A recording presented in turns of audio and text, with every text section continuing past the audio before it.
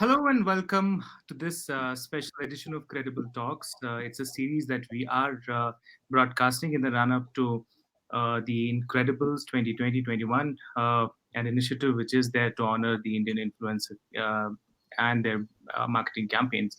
So, we today have a special guest with us. Pallavi Aiyar, an acclaimed global journalist and author who's worked in various countries, India, China, Indonesia, Japan, and now in Europe. Pallavi has been to London School of Economics. She's also gone to Oxford, and like I was mentioning earlier, has various books to her acclaim. And one of the recent ones has been Orienting and Indian in Japan. We'll talk in detail about that book as well.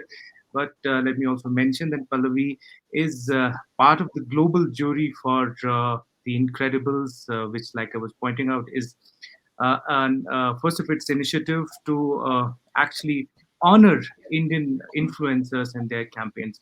We'll today talk about the idea of influence in various cultures across the globe with her and also discuss various aspects of her work. Pallavi, thank you so much for taking out time and being with us here in this conversation. We would like to know from you about your work, about your career. I mean, from India to China to Indonesia to Japan and now Europe. How has it been? It's been a long and fruitful journey. It sort of began more than 2 decades ago now, really, because I was born and brought up in Delhi, and I did all my school in Delhi and my first university degree there as well.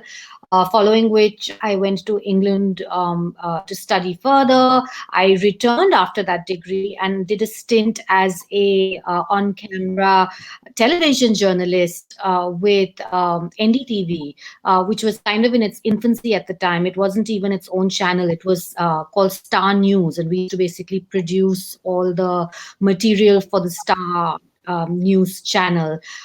So I worked there at a time which was very interesting in broadcast journalism because there was so much churn and so much learning, really. It was kind of an epochal moment, I think, in the media landscape in India in 1999. And then I went back to the UK to do further studies. And while there, there is something called serendipity in every life and every career. Luck, it's the alignment of the stars or whatever you want to call it. But I met the person who was to go on to become my future husband, and he was from Spain. And but he was not ordinary from Spain. He was from Spain, but his great passion was China, which at that point of time was not somewhere I knew that much about. As an Indian growing up in the 1980s, 1990s, we still at the time had a very westward orientation. So we knew everything there was to know about Europe and the US. But the East, despite it being geographically so close, was still, a bit of a black box. But because of my then boyfriend, now husband Julio's interest in China, he persuaded me to begin looking at it a little bit more and telling me, in this very prophetic way that that's where the future is going to be. We're still talking about 2000, even before China had joined the World Trade Organization. And he moved to China on a sort of scholarship, and I visited him, and I remember just driving in from the airport into Beijing, looking around from the car window, getting a sense that something epic was going on here, and that there was some major tectonic shift in world power that was happening that somehow I had not noticed, not being in China. And so I ended up actually both falling in love with China in many ways, but also intellectually becoming very gripped by that China story, and stayed in Beijing for the next 7 years. And it was during that time that we actually got married. My first child was born in Beijing. I learned to speak Chinese. And I worked doing many things. I was an advisor to the Confederation of Indian Industries on China Affairs. I taught English at a university, the Beijing Broadcasting Institute, my first year that I was in Beijing. And I then went on to become the China bureau chief for first the Indian Express and later for the Hindu. and Right. really traveled the length and breadth of the country. And, subsequently wrote two books about China. And my life has then sort of become that of a foreign correspondent. My husband is a diplomat. And so we've had these kind of postings around the world for years, Mm, 4 years. So mm, we had the time in China, followed by 4 years in Europe, in Brussels, in the heart of Europe. And I wrote a book called Punjabi Parmesan about Europe's challenges. mm. Followed by 4 years in Indonesia, followed by 4 years in Japan. That's where what my latest book is about, Orienting and Indian in Japan. And we then moved back to Europe, this time to Madrid, to Spain, about a year ago, bang in the middle of the pandemic. So I've really spent it sort of making it up in some ways as I've gone along, but it's been a very enriching journey, because I think the more you travel, the more you learn how much we all really have in common. And even the most different, inscrutable places, this can become actually very close to your heart. Absolutely. And your recent book, The Orienting and Indian in Japan, for all those people who haven't gotten their hands on this book yet, tell us a little more about it. We know that this is, given your experience of how you've been writing, we're sure that there's a personal touch to it. You give an Yeah. insight of from an outsider's perspective who's been living in these countries. What do you talk about? Is it the culture? Is it how Japan functions? Is it the people? What is it that you were talking about in this book? Thank you for that question. It's actually a little bit of everything. It uses what I call the three A's, which is autobiography, analysis, and anecdotes. And so there's certainly an element of my own personal life experience, and it's empirically based. It's based A on experiences, B on reportage, because I worked as a columnist for the Hindu while I was there, and I was churning out weekly columns, which meant that I would look at interesting angles to the country. I would look at interesting angles in the India Japan dynamic. I would reach out to people that were relevant to those particular stories and get to ask the questions and learn through them and through their experiences as well. And what I've tried to do is I have organized it into different chapters, each of which has a theme. So the themes range from, the ugly side of Japan's, for example, racism, to the most beautiful side, aesthetics, to even things like just cleanliness, where I look at the origin of the civilizational origins of why Japan ended up being such a society that values cleanliness as much as it does, to the Indo-China bilateral historical relationship, to the changing seasons and stories from all of the seasons. I pepper it liberally with Japanese poetry, with Japanese mythology, and from real life anecdotes of life as a foreigner in the country. So hopefully it's entertaining and a travelogue, but also a serious introduction. Like, I feel like it has something both for the serious reader and for somebody who wants to just dip their toes into foreign waters. I read somewhere that you talk about how disciplined the Japanese way of living is. Also, how honest in certain ways That's their true. way of living is. I mean, you mentioned how you lost your wallet and how you compare it with something if that happens in say Europe. I mean, I could relate to it. Me and my wife, once we landed up in Madrid, and the first thing that happened with us was we got mugged, and several trips to the police stations, and but nothing happened. So I could relate to it. I mean, take us through this aspect of their lives. I mean, how discipline is. Uh, you know, Remarkable. I think the safety is really quite remarkable, because Tokyo is a huge city. It's not like a tiny place where everybody knows everybody. It's a city of almost 30 million people if you take Greater Tokyo into being. And yet the levels of public confidence and public trust are almost village like. They act as though they were in a small village. This goes from, Chinese, like little children, primary school age children from the age ages of 6 onwards, taking public transport on their own, taking the metro, taking buses across this huge teeming megalopolis to get to their schools without anyone batting an eyelid. And if you tell friends in New Delhi this story, they think that pigs might as well grow wings and fly, then they would let their children at the age of 6 take a DTC bus and go to school, right? So it's like it's almost supernatural, I think, from an Indian perspective, Unthinkable. when Unthinkable. you see the levels of safety and trust. And I also call Japan the land where whatever is lost is always found. There's no such thing as lost and not found, and Yeah. lost and found is Japan's superpower, and it's Mhm. borne out by the statistics. I don't have the book on hand with me right now, but I have them all there, about the absolutely mind-boggling figures of, just for example, number of lost umbrellas. We're talking about in the hundreds of millions that the police manages to like give back to people. And Wow. what's even more astonishing is the hard cash.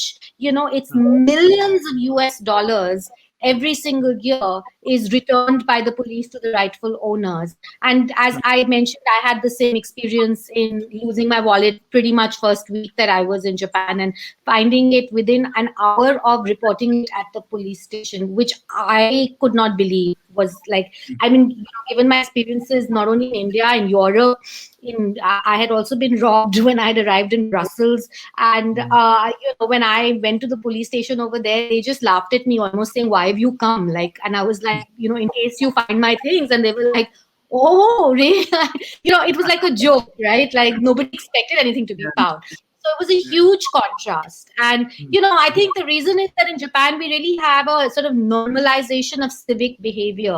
Like if you do a good turn to somebody, that person will do a good turn back. It becomes a virtuous cycle. If the society that you are living in, everybody behaves in a certain way, Mhm. because then you will return lost items, because you know that in the future when you lose something, somebody else will return your lost items.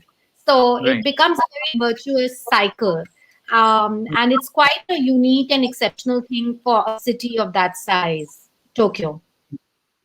Okay, before we move on and ask you other questions, which is slightly away from the orienting, quickly, I mean, a couple of things that you would want to highlight through this broadcast, people who are curious about the book.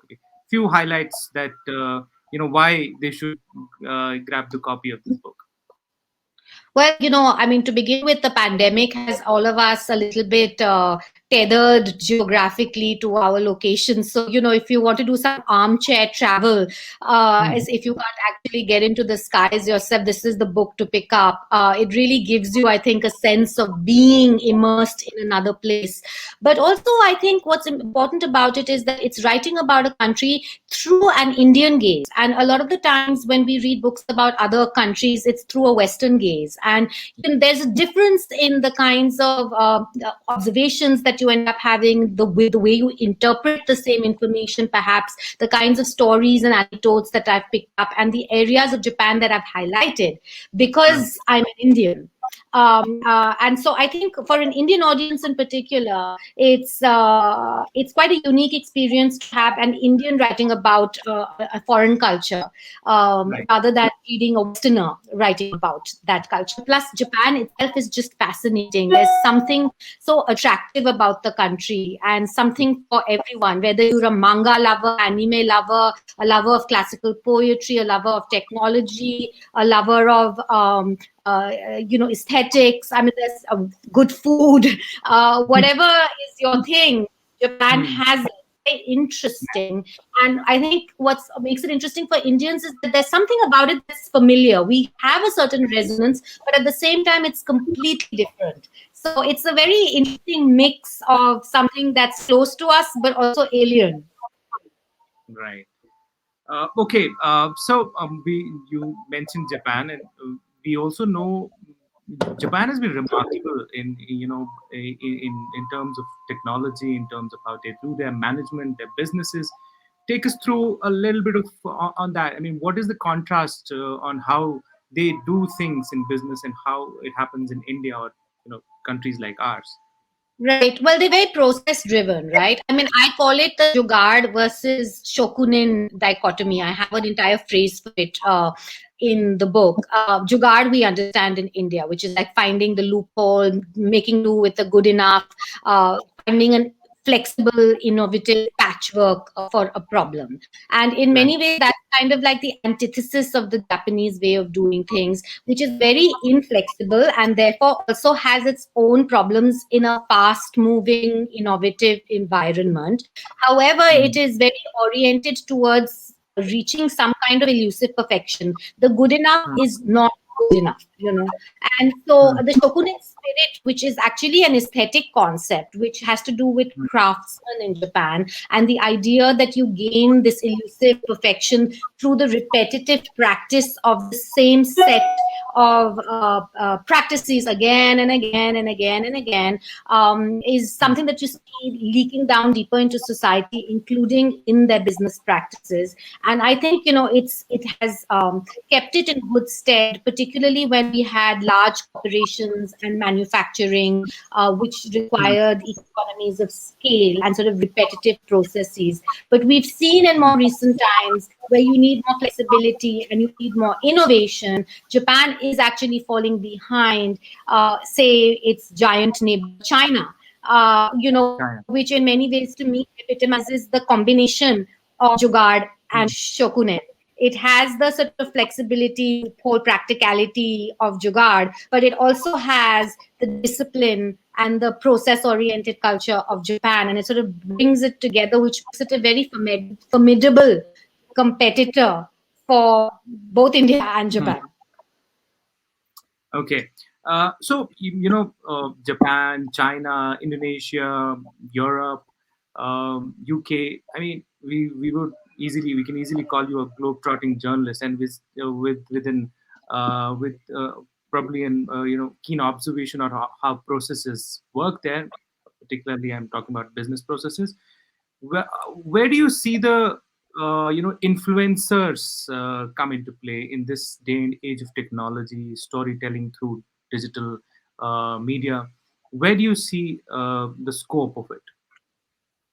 It's kind of quite dramatic, the scope. It's almost sort of taken over. I mean, I'll talk about the different countries, but just in terms of my personal area, which is books and book publishing. And the fact that I just have a book out, and I'm sort of seeing, because you know, between writing books, many years go by. So the last time I had a book out, the process of publicizing the book and how it was sold, how it was distributed, what was important. And this time round, I'm seeing a sea change, you know, like suddenly there are those great big book launches and offline events and all are a thing of the past. And everything is about reaching out to the right influencers, to the bookogrammers, to the book YouTubers, to seeing things on, you know, Insta stories. So the way that you conceive of how your book is going to reach its audience, the process through which it's going to reach its audience is completely different. It's a much the gatekeepers of the past have Mm. gone. You know, it's not the old critics, the hoary critics, the great public Right. intellectuals.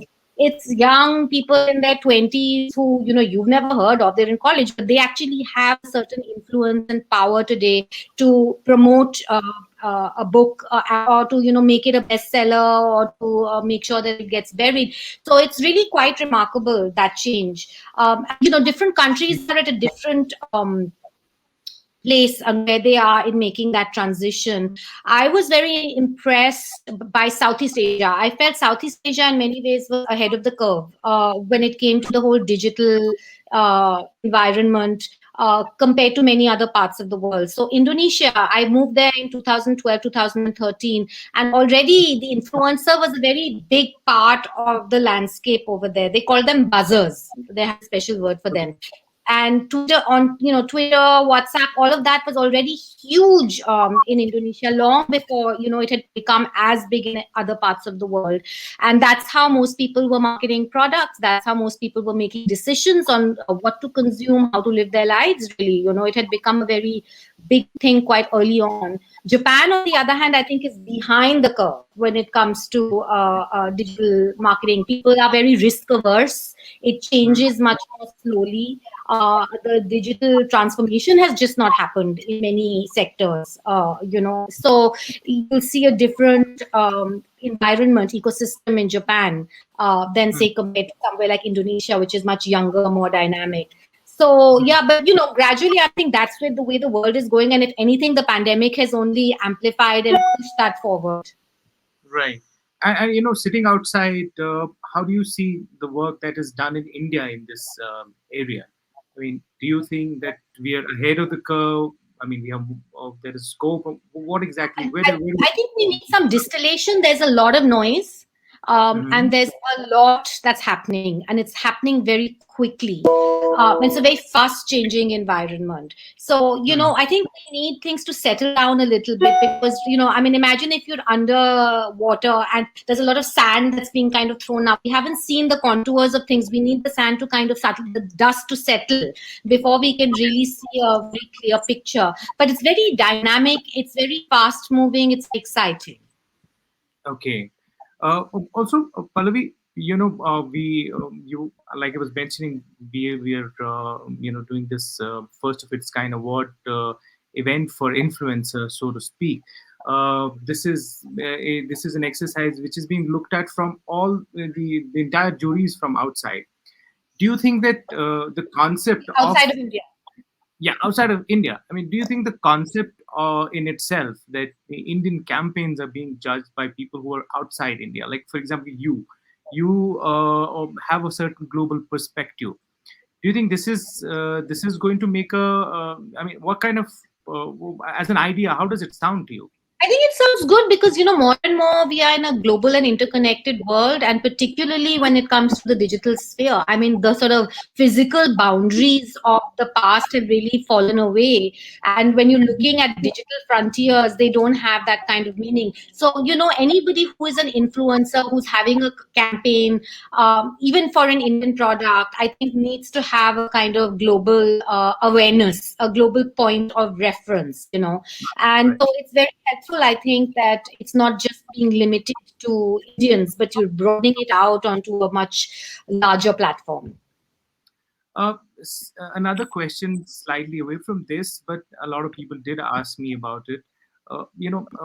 As someone who is outside India, has traveled so widely, reported out of various places for various publications, in business, out of business, for cultures. How is the brand story of India being seen outside?